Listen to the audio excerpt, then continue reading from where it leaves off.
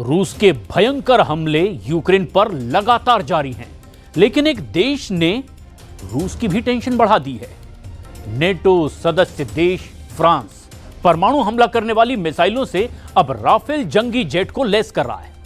उधर नेटो के बढ़ते खतरे को देखते हुए रूस ने कीव पर हमले और ज्यादा भयानक कर दिए। रूस ने 400 मिसाइलों से यूक्रेन की राजधानी सीधे कीव पर हमला करते हुए उसे धुआं-धुआं कर दिया है। पुतिन के तूफानी हमले से बचने के लिए अब प्रेसिडेंट जेलेंस्की ने ट्रंप से मदद की अपील की है। जेलेंस्की ने मॉस्को तक हमला करने वाली मिसाइलों के धमाके अब शुरू भी कर दिए हैं।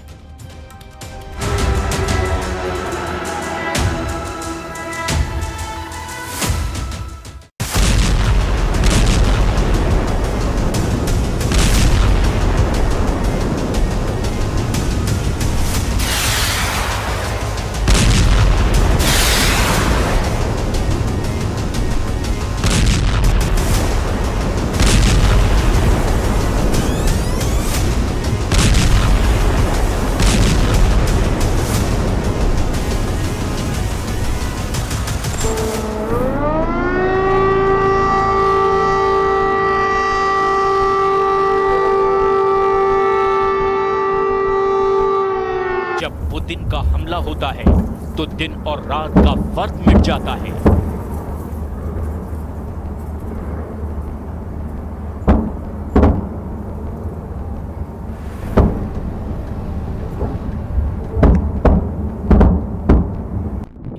जब पुतिन दुश्मन से हिसाब लेते हैं तो कई शहर जला डालते हैं।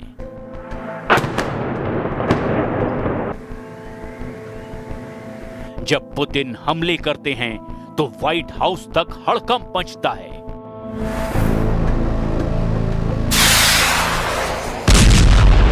ये रूस का बदला है, बदला ट्रंप से, बदला यूरोपीय देशों से, बदला नेटो फोर्स से।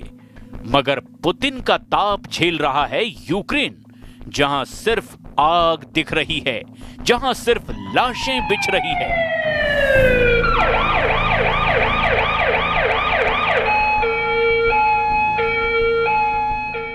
ये कोई उल्का पिंड नहीं, पुतिन का ड्रोन बम है। ये पुतिन की बैलिस्टिक मिसाइलें हैं। ये पुतिन की क्रूज रॉकेट के धमाके हैं। ये हाहाकार यूक्रेन की राजधानी कीव का है। ये बारूदी तांडव जेलेंस्की के गढ़ में हो रहा है। ये हमला पुतिन का प्रतिशोध है। पुतिन के विध्वंसक हथियारों की मार भले ही यूक्रेन पर पड़ रही है, लेकिन यह बदला ट्रंप से लिया जा रहा है। रूस ने सबसे भयानक हमलों से यूक्रेन की राजधानी कीव को तहस नहस कर डाला है। 4 साल से चल रहे युद्ध में रूस ने कीव पर इससे ज्यादा शायद ही कभी बारूद बरसाया हो। शायद ही ऐसी बारूदी सुनामी जेलेंस्की ने कभी देखी हो। मगर पुतिन अब रुकने वाले नहीं। प्रेसिडेंट पुतिन ने ट्रंप को सरेंडर मोड में लाने का मिशन शुरू कर दिया है, क्योंकि नेटो फोर्स अब रूस पर हमले के लिए तैयार है। नेटो की तरफ से ऐलान हो चुका है कि पुतिन से टक्कर लेने के लिए सभी देश डिफेंस बजट को 5% बढ़ाएंगे। यानी रूस के खिलाफ ज्यादा हथियार, ज्यादा मिसाइलें, ज्यादा जंगी जेट, ज्यादा ड्रोन बम से युद्ध लड़ना शुरू करने वाले हैं नेटो के ये 32 देश।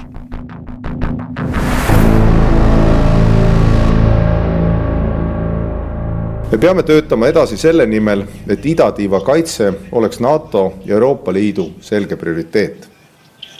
Mõlema riigi kaitsekulud kasvavad kohe üle 5%. Eestis areneb kaitsetööstus kõige kiiremini. Meil on häid võimalusi koostööks kaitsetööstuse valdkonnas. Ja kolmandaks, me teeme seda kõike Euroopa turvalise tuleviku pärast. Trump ने पुतिन को atom bomb test की धमकी दे रखी है। वहीं अब Putin को France ने एटमी मिसाइल दिखाकर डराया। नेटो ने पुतिन को रक्षा बजट बढ़ाकर चिढ़ाया है। पुतिन बोले, एक अकेला सब पर भारी।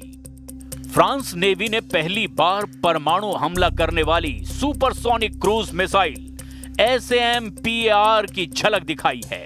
राफेल जंगी जेट के साथ परमाणु मिशन में इस्तेमाल होने वाली ये मिसाइल पुतिन के लिए थ्रेट कही जा रही है।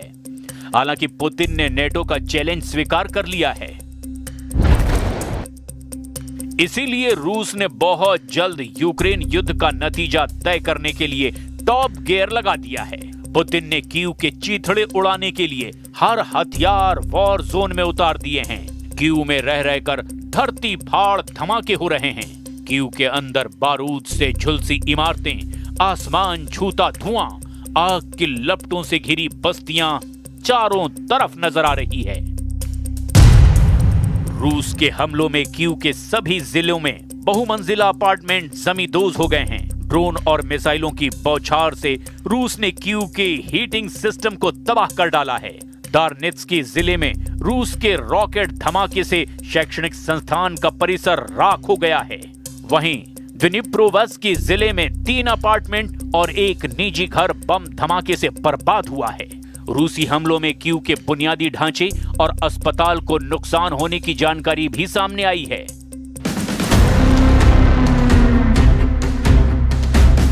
पुतिन के प्रचंड प्रहार से बचने के लिए यूक्रेन ने लॉन्ग रेंज तक हमला करने वाली मिसाइलों को तैनात किया है। यूक्रेन की सेना 14 रूसी मिसाइलों को मार गिराने का दावा भी कर रही है, जिसमें 6 बैलिस्टिक और 2 एरो बैलिस्टिक मिसाइलें भी बताई जा रही है।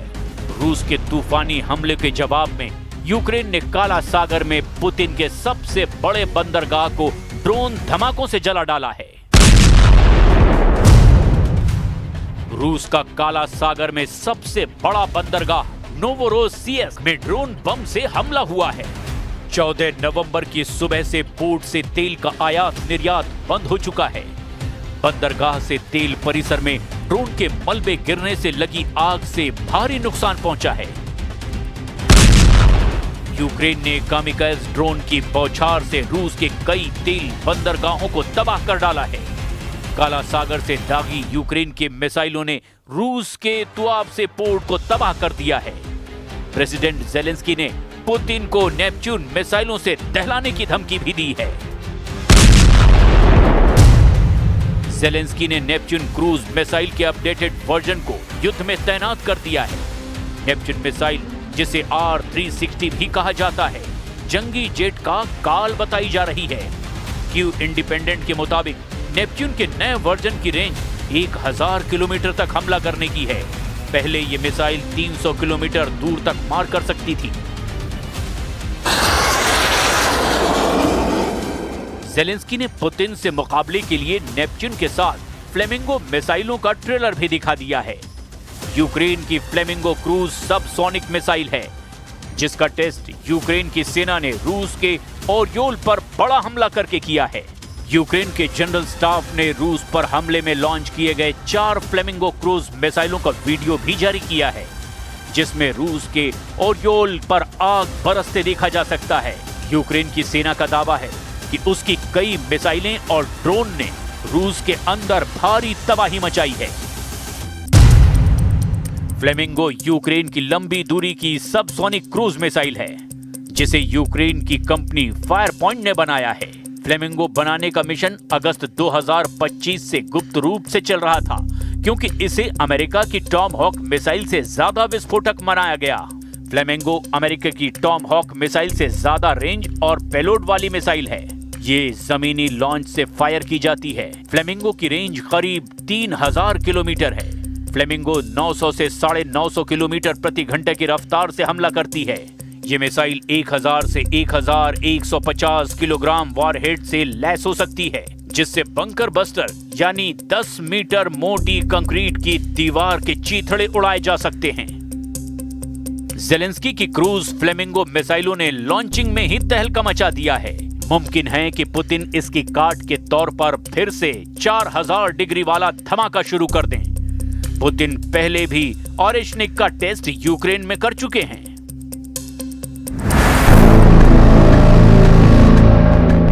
ऑरेशनिक मिसाइल 4000 डिग्री वाला हमला करती है, जिससे ऐसी गर्मी पैदा होती है कि सब कुछ भाप बन जाता है।